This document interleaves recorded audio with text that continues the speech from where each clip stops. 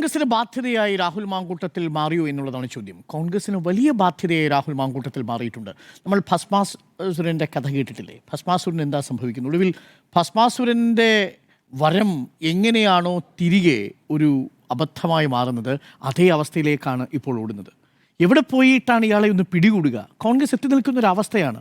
രാഹുൽ മാങ്കൂട്ടത്തിൽ ഒരു ഭസ്മാസുരനായി മാറിക്കഴിഞ്ഞിരിക്കുന്നു എന്നുള്ളതാണ്. ഇതിൽ എത്ര പേരിനി വെന്തു വെണ്ണീറാകും എന്നത് അറിയാനുള്ളൂ. ഈ രാഹുൽ മാങ്കൂട്ടത്തിൽ എന്ന ഒരു സീരിയൽ പ്രെഡേറ്ററെ ഇപ്പോൾ നമുക്ക് ലഭിക്കുന്ന വിവരമനുസരിച്ചൊരു നാർസിസ്റ്റ് സൈക്കോപാത്തിനെ പിന്തുണച്ചതിൻ്റെ പേരിൽ ജയിലിൽ കിടക്കുന്നത് രാഹുൽ ഈശ്വറാണ്. ഒളിവിൽ പോയിരിക്കുന്നത് കോൺഗ്രസിൻ്റെ ജനറൽ സെക്രട്ടറിയാണ്. ഇപ്പോൾ തെരഞ്ഞെടുപ്പ് കടയടച്ചു പോയിരിക്കുന്നത് ഫെനി നൈനാനാണ്.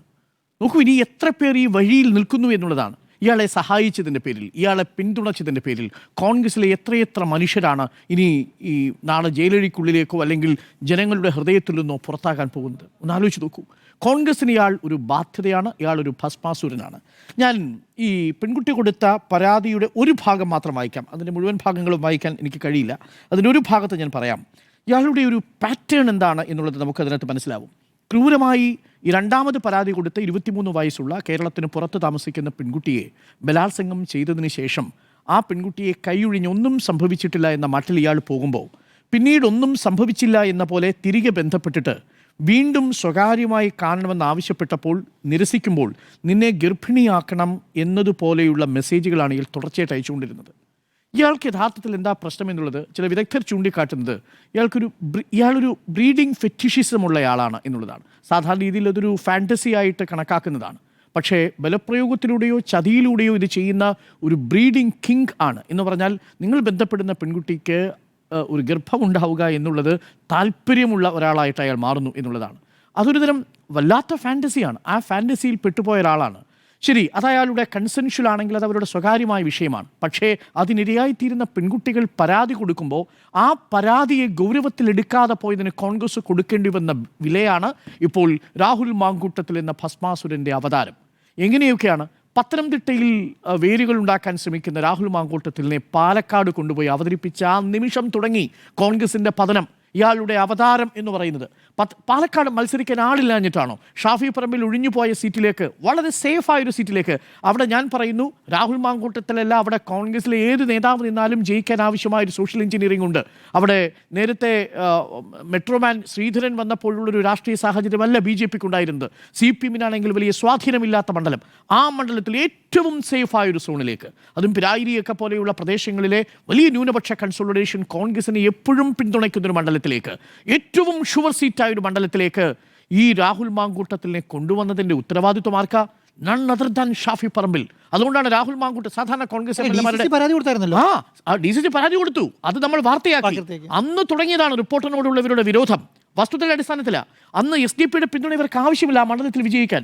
എന്നിട്ടും SDP-യുടെ പിന്തുണ സ്വീകരിക്കില്ല എന്ന് പരസ്യമായി പറഞ്ഞില്ല ഇവർ.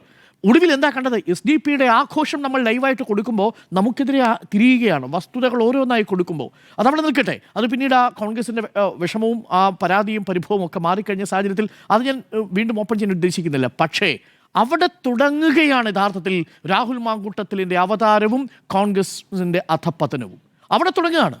അവിടെയാണ് ഇയാൾ ഒരു വലിയ ഭസ്മാസുരനായിട്ട് മാറുന്നത്. 18,000 വോട്ടിന് വിജയിച്ചു എന്നുള്ളത് കൊണ്ട് എന്തും അംഗീകരിക്കുന്ന അവസ്ഥയിൽ ഇവർ തുടങ്ങി വെച്ചൊരു പാറ്റേൺ ഉണ്ടല്ലോ. ആ പാറ്റേൺ ആണ് യഥാർത്ഥത്തിൽ, ആ ക്രിമിനൽ ഗാംഗിസമാണ് യഥാർത്ഥത്തിൽ കോൺഗ്രസിനെ അലട്ടിക്കൊണ്ടിരിക്കുന്നത്. ഇത് പല പുതിയ നേതാക്കൾക്കും ഭയമായി മാറിക്കഴിഞ്ഞിരിക്കുന്നു. അവർക്ക് പ്രതികരിക്കാൻ പോലും പറ്റാത്ത ഒരു ക്രിമിനൽ സിൻഡിക്കേറ്റായിട്ട് പ്രവർത്തിക്കുന്ന ഒരാളായിട്ട് അയാളെ അവിടെ അവതരിപ്പിച്ച നിമിഷമാണ് കോൺഗ്രസിന് സംഭവിച്ച വലിയ ബാധ്യത. ഈ വിഷയത്തിൽ ഈ പരാതി വന്ന നിമിഷം മുതൽ എന്തൊക്കെ ബാധ്യത ഇപ്പോൾ കോൺഗ്രസിൻ്റെ തലയിലുള്ളത്? ഒന്ന്, ഇയാൾ ആദ്യം പരാതി കൊടുക്കുന്നത് കോൺഗ്രസ്, ഈ പെൺകുട്ടി പരാതി കൊടുക്കുന്നത് പ്രതിപക്ഷ നേതാവിനടക്കമാണ് എന്നാണ് ഞാൻ മനസ്സിലാക്കുന്നത്. റിനി ആൻഡ് ജോർജ് നമ്മളുടെ ബൈറ്റിൽ തന്നെ പറയുന്നുണ്ട് ഇത് കോൺഗ്രസിലെ മുതിർന്ന നേതാക്കൾക്ക് കൊടുത്തു. പ്രതിപക്ഷ നേതാവ് ഇത് സമ്മതിക്കുന്നുണ്ട്. അന്ന് പ്രതിപക്ഷ നേതാവ് പറഞ്ഞത് എന്താ? ഒരു പിതാവിനെ പോലെ ഞാൻ ആ പ്രശ്നം പരിഹരിച്ചു എന്നുള്ളതാണ്. അത് തെറ്റായിരുന്നു ശ്രീ VD സതീശൻ. അന്ന് അങ്ങൊരു പിതാവിനെ പോലെ പരിഹരിച്ച പ്രശ്നത്തിൻ്റെ ബെനിഫിറ്റ് കിട്ടിയത് ഈ പറയുന്ന രാഹുൽ മാങ്കൂട്ടത്തിലാണ്. അങ്ങ് സംരക്ഷിച്ച് നിർത്തിയിരുന്നു ആ നിമിഷത്തിൽ രാഹുൽ മാങ്കൂട്ടത്തിൽ. അങ്ങ് സംരക്ഷിക്കാതിരുന്നുവെങ്കിൽ ഈ വിഷയം ഇത്രമേൽ വളർന്ന് കുഴപ്പമാവില്ലായിരുന്നു. മാത്രമല്ല മാസങ്ങൾക്ക് മുമ്പ് നടന്നതാണ്. ഒരുപക്ഷെ ഈ സംഭവം പോലും ഒഴിവാക്കാൻ നമുക്ക് കഴിയുമായിരുന്നു. ഇയാളെ വളരെ വ്യക്തമായിട്ട് അറിയാവുന്ന ആളായിരുന്നു. പക്ഷേ അപ്പോഴും റിനി കൊടുത്ത പരാതിയിലോ മറ്റു നേതാക്കൾ കൊടുത്ത പരാതിയിലോ KSUവിലെയും യൂത്ത് കോൺഗ്രസിലെയും യുവ നേതാക്കൾ കൊടുത്ത പരാതിയിലോ ഒരു നടപടിയും എടുത്തില്ല എന്നുള്ളതാണ്. അവിടെയാണ് VD സതീശന് ഒരു അബദ്ധം പറ്റിയത്. മാത്രമല്ല VD സതീശൻ ആ സമയത്ത് ഷാഫി പറമ്പിൽ രാഹുൽ മാങ്കൂട്ടത്തിൽ ബെൽറ്റിൻ്റെ രാഷ്ട്രീയമായിട്ടുള്ള ഒരു പിന്തുണയും കിട്ടിയിരുന്നു എന്നാണ് ഞാൻ മനസ്സിലാക്കുന്നത്. അതിനുശേഷമാണ് പിന്നീട് ഇവർ തമ്മിൽ അകലുന്നതും പിന്നീടാണ് VD സതീശൻ അതിനെക്കുറിച്ചുള്ള കൃത്യമായ ബോധ്യമുണ്ടാകുന്നതും. ബോധ്യമുണ്ടാകുമ്പോൾ VD സതീശൻ എടുത്ത നിലപാട് ഞാൻ അഭിനന്ദിക്കുന്നു. ഏറ്റവും ഒടുവിൽ VD സതീശൻ കൊച്ചിയിൽ പറയുന്നുണ്ടല്ലോ, അറബിക്കടൽ വന്നാലും എൻ്റെ ബോധ്യത്തിൽ നിന്ന് ഞാൻ മാറില്ല. ഇത് അന്നേ എടുക്കേണ്ടിയിരുന്നു എന്നുള്ളതാണ്. പക്ഷെ അന്ന് എടുക്കാതെ പോയതാണ് കോൺഗ്രസിൽ സംഭവിച്ച ഒന്നാമത്തെ പാളിച്ച. രണ്ടാമത്തെ പാളിച്ച എന്ന് പറയുന്നത് ഇന്നിപ്പോൾ KPCC അധ്യക്ഷന് കള്ളം പറയേണ്ടി വന്നില്ലേ മാധ്യമങ്ങളുടെ മുന്നിൽ. നേരത്തെ KPCCക്ക് ഒരു കത്തും കിട്ടിയിട്ടില്ല, ഒരു പരാതിയും കിട്ടിയിട്ടില്ല. 28-ാം തീയതി മുഖ്യമന്ത്രിയെ കണ്ട് പരാതി പറയുന്ന ആ നിമിഷം അതിജീവിത കൊടുത്തിരിക്കുന്ന മെയിലിൻ്റെ വിശദാംശങ്ങളാണ് റിപ്പോർട്ടർ പുറത്തുവിട്ടത്. 28-ാം തീയതി 3:15 KPCC അധ്യക്ഷൻ്റെയും പ്രതിപക്ഷ നേതാവിൻ്റെയും രാഹുൽ ഗാന്ധിയുടെയും പ്രിയങ്ക ഗാന്ധിയുടെയും ഒക്കെ മെയിലിലേക്ക് ഈ അതിജീവിത ഒരു പരാതിയായിട്ട് കാര്യങ്ങൾ സവിസ്തരം അറിയിച്ചിട്ടുണ്ട്. മുഖ്യമന്ത്രിക്ക് കൊടുക്കുന്ന അതേ നിമിഷം പ്രതിപക്ഷ നേതാവിനും അത് കിട്ടിയിട്ടുണ്ട്. പോലീസ് കേസെടുത്തിരിക്കുന്നത് മുഖ്യമന്ത്രിക്ക് കൊടുത്ത പരാതിയുടെ അടിസ്ഥാനത്തിലാണ്. ആ നിമിഷം അത് തുറന്നു പറയാനും ആ പരാതി എന്താണ് എന്നുള്ളത് അന്ന് കോൺഗ്രസ് തുറന്ന് സമ്മതിക്കുകയും ആ നിമിഷം ഇയാളുടെ രാജി ആവശ്യപ്പെടണമായിരുന്നു KPCC. ഇയാളെ പാർട്ടിയുടെ പ്രാഥമിക അംഗത്വത്തിൽ നിന്ന് പുറത്താക്കണമായിരുന്നു. നിങ്ങൾ എല്ലാ ആരോപണങ്ങളും മാറ്റി അഗ്നിശുദ്ധി വരുത്തി തിരിച്ചു വരൂ കോൺഗ്രസിലേക്കെന്ന് പറയാനുള്ള ആർജവം എന്തേ KPCC അധ്യക്ഷൻ കാണിച്ചില്ല? പകരം KPCC അധ്യക്ഷൻ ഉരുണ്ട് കളിച്ചു.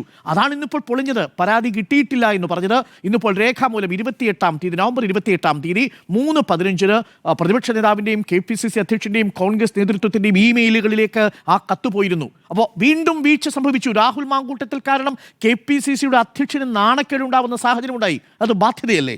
മൂന്നാമത്തത് VD സതീശൻ്റെ സന്തത സഹചാരിയായ ഒരു നേതാവിൻ്റെ മകളുമായി ബന്ധപ്പെട്ട ആ കുടുംബത്തിൽ തന്നെ ഇയാൾ പ്രശ്നമുണ്ടാക്കിയിട്ടില്ലേ? അങ്ങനെ ഒരു പരാതി കോൺഗ്രസ് നേതൃത്വത്തിന് കിട്ടിയിട്ടുണ്ട്. ആ പരാതിയിൽ ആ നേതാവിനോട് നേരിട്ട് സംസാരിച്ചിട്ടുണ്ട്. പക്ഷേ നേതാവിൻ്റെ പേരോ കുടുംബത്തെയോ നമുക്ക് വാർത്തയുടെ മുന്നിൽ കൊണ്ടുവരാൻ കഴിയില്ല. വളരെ നിസ്സഹായനായി പോയൊരു നേതാവാണ് അദ്ദേഹം.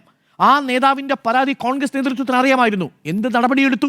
നടപടി എടുത്തില്ലെന്ന് മാത്രമല്ല, ആ പരാതി നിലവിലിരിക്കുമ്പോഴാണ് പാലക്കാട്ടേക്ക് പത്തനംതിട്ടയിൽ നിന്ന് ഈ അവതാരത്തെ കൊണ്ടുവരുന്നത് എന്നത് ആലോചിക്കണം.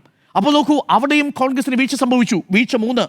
നാലാമത്തത്, ഈ ശബ്ദരേഖ പുറത്തു വരുമ്പോൾ ബാക്കി നേതാക്കളാരും തുറന്ന് പിന്തുണയ്ക്കാൻ മടിച്ചു നിൽക്കുന്ന സമയത്താണ് UDFൻ്റെ കൺവീനർ എന്ന് പറയാണ് ആ ശബ്ദം അത് AI ആകാമല്ലോ, ആർട്ടിഫിഷ്യൽ ഇൻ്റലിജൻസും ആകാമല്ലോ. മിസ്റ്റർ അടൂർ പ്രകാശ് ഇപ്പോൾ SIT കണ്ടെത്തിയിരിക്കുന്നത് എന്താണ്? ശബ്ദ പരിശോധനയിൽ അത് രാഹുൽ മാങ്കൂട്ടത്തിൻ്റെ ശബ്ദം തന്നെയാണ് എന്നുള്ളതാണ്. അപ്പോൾ അവിടെയും UDF കൺവീനറുടെ അമിതമായിട്ടുള്ള ഒരു പിന്തുണ കോൺഗ്രസിന് സംഭവിച്ച വലിയ വീഴ്ചയാണ്. പ്രാദേശിക നേതൃത്വം തീരുമാനിക്കട്ടെ രാഹുൽ പ്രചരണത്തിനിറങ്ങണോ വേണ്ടയോ എന്ന് പറഞ്ഞതാരാ? KC വേണുഗോപാൽ. ഇതേപോലെ ഗുരുതരമായ ആക്ഷേപം പരാതിയായിട്ട് മുമ്പിൽ നിൽക്കുമ്പോഴാണ് ശ്രീ KC വേണുഗോപാൽ അങ്ങയുടെ ശ്രദ്ധയിൽ ഇത് പെട്ടിട്ടില്ലേ? 28-ാം തീയതി പരാതി കിട്ടിക്കഴിഞ്ഞിട്ടും അങ്ങ് മാധ്യമങ്ങൾക്ക് കൊടുത്ത ബൈറ്റിൽ പറയുന്നത് പ്രാദേശിക നേതൃത്വം തീരുമാനിക്കട്ടെ എന്നാണ്.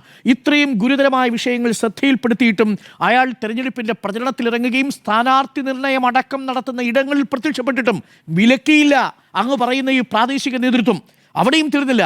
അദ്ദേഹത്തിൻ്റെ സന്തത സഹചാരിയായ ഫെനി നൈനാന് ഈ വ്യാജരേഖ കേസിൽ ID കാർഡുമായി ബന്ധപ്പെട്ട കേസിൽ ആരോപണ വിധേയനായ ഫെനി നൈനാന് ഈ പാലക്കാട്ടെ പല വിവാദ വിഷയങ്ങളിലും ഇയാളോടൊപ്പം ഉണ്ടായിരുന്ന ആൾക്ക് സീറ്റ് കൊടുക്കുന്ന സമയത്ത് ഇപ്പോൾ വന്നിരിക്കുന്ന പരാതിയിൽ ഇയാളെ ബലാത്സംഗം ചെയ്യുന്ന ഹോം സ്റ്റേയിലേക്ക് കൊണ്ടുപോയത് ഈ ഫെനി നൈനാനാണെന്ന് പെൺകുട്ടിയുടെ പരാതിയിൽ പറയുന്ന അയാൾക്ക് സീറ്റ് കൊടുത്തിരിക്കുന്നു എന്നുള്ളതാണ്. ഒന്ന് ആലോചിച്ച് നോക്കൂ.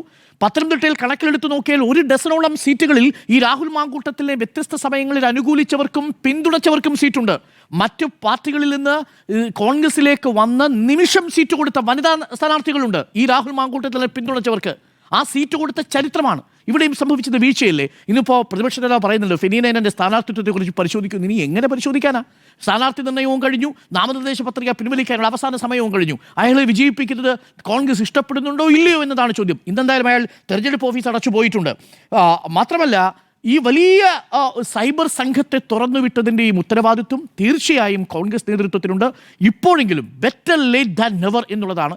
ഇയാളെ കോൺഗ്രസിൻ്റെ പ്രാഥമിക അംഗത്വത്തിൽ നിന്ന് തന്നെ പുറത്താക്കുക. വി.ഡി. സതീശനെതിരെ തിരിഞ്ഞൊരു ക്രിമിനൽ ഗാങ്ങിനെ വളർത്തിയെടുത്ത രമേശ് ചെന്നിത്തലയ്ക്കും രാജ്മോഹൻ ഉണ്ണിത്താനും ഷാനിമോൾ ഉസ്മാനും എന്തിനേറെ ഉമാ തോമസിനെ പോലെയുള്ള നേതാക്കൾക്കെതിരെയും തിരിഞ്ഞ, എപ്പോൾ വേണമെങ്കിലും തങ്ങൾക്കെതിരെ തിരിഞ്ഞേക്കാവുന്ന ഒരു ഭസ്മാസുരനെ കൊണ്ട് കോൺഗ്രസ് വലഞ്ഞിരിക്കുന്നു എന്നുള്ളതാണ്. ഇയാളെ ഇത്രമേൽ വളർത്തിയതിൻ്റെ ഉത്തരവാദിത്വമുണ്ട്. ഇനി എത്രയും പെട്ടെന്ന് ഇയാളുടെ ഈ അവതാര ലക്ഷ്യം കൂടുതൽ കോൺഗ്രസിനെ നശിപ്പിക്കുന്നതിന് മുൻപ് അയാളെ പുറത്താക്കുക എന്നുള്ളതാണ് പാർട്ടിക്ക് ആകെ ചെയ്യാനുള്ളത്. തെരഞ്ഞെടുപ്പാണ് വരുന്നത്, ജനങ്ങൾ ഇതെല്ലാം കാണുന്നുണ്ട്. ഈ തെരഞ്ഞെടുപ്പിൻ്റെ സമയത്ത് പ്രതിപക്ഷം സജീവമായി മുന്നോട്ട് വയ്ക്കുന്ന സ്വർണ്ണക്കള്ള വിഷയമുണ്ട്. അവിടെ CPM-ൻ്റെ മുൻ MLA ജയിലഴിക്കുള്ളിൽ കിടക്കുകയാണ്. ഇവിടെ സ്ത്രീപീഡനത്തിൻ്റെ വിഷയത്തിൽ ഒരു MLA ഒളിവിലാണ്, നിയമ സംവിധാനത്തോട് സഹകരിക്കാതെ ഒളിവിലാണ്. KPCCയുടെ ജനറൽ സെക്രട്ടറി ഒളിവിൽ പോകുന്ന സാഹചര്യമാണ്. നിങ്ങളുടെ ഒരു സ്ഥാനാർത്ഥിക്ക് ഒളിവിൽ പോകേണ്ടി വരുന്ന സാഹചര്യമാണ്. മറുഭാഗത്ത് ഒരു CPM MLA എങ്കിൽ ഇവിടെ ഒരു പാർട്ടിയിലെ മുതിർന്ന നേതാക്കളും ഒരു MLA-യും ഒളിവിൽ പോകുന്ന സാഹചര്യമുണ്ട്. ഇത് സൃഷ്ടിച്ചു വെച്ചതിന് ഉത്തരവാദിത്വം നിർഭാഗ്യവശാൽ കോൺഗ്രസിൻ്റെ നേതൃത്വത്തിനുണ്ട് എന്നുള്ളതാണ്. പല നേതാക്കളും ഇത് വാൺ ചെയ്തിരുന്നതാണ്, മുന്നറിയിപ്പ് നൽകിയിരുന്നതാണ്. പക്ഷേ അന്നൊന്നും ഇത് കേൾക്കാതെ പോയതിൻ്റെ വിലയാണ് ഇപ്പോൾ കോൺഗ്രസ് നൽകുന്നത്. എത്രയും പെട്ടെന്ന് ഇയാളെ പുറത്താക്കുക, എന്നിട്ട് ഈ തെരഞ്ഞെടുപ്പിലെ പ്രധാന രാഷ്ട്രീയ വിഷയങ്ങളിലേക്ക് പാർട്ടി മടങ്ങിയെത്തുക എന്നുള്ളതാണ്. ED അടക്കമുള്ള വിഷയങ്ങളുണ്ട്, കിഫ്ബി അടക്കമുള്ള വിഷയങ്ങളുണ്ട്. അതൊക്കെ സജീവമായി ചർച്ച ചെയ്യേണ്ട രാഷ്ട്രീയ കേരളമാണ് ഇന്നിപ്പോൾ പല പല കേസുകളിൽ, ഇത്തരമുള്ള കേസുകളിലേക്ക് പോകുന്നത്. ചില ബ്രീഡിംഗ് ഫെറ്റിഷിസത്തിന് ഇരയായി തീർന്ന പെർവേർട്ടുകളുടെ കേസുകൾ ചർച്ച ചെയ്യേണ്ടി വരുന്നത് അത്യന്തം നിർഭാഗ്യകരമാണ്.